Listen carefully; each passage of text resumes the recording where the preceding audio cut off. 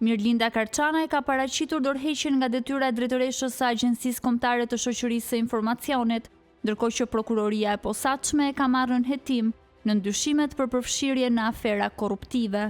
Ajo ndodhet në masën e sigurisë arrest në shtëpi, ndërsa SPAK e akuzon si pjesë të një grupi të strukturuar kriminal të përfshirë në shkelje të barazisë në tendera publik.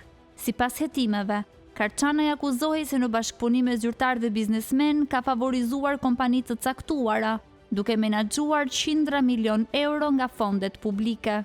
Në vend të saj, drejtimin e akshit e merr Igli Tafa, i cili prej vitit 2022 drejtonte Autoritetin Kombëtar për Sigurinë Kibernetike. Tafa ka mbi 16 vite eksperiencë në fushën e sigurisë së informacionit, ka drejtuar projekte kombëtare dhe ka përfaqësuar Shqipërinë në konferenca ndërkombëtare.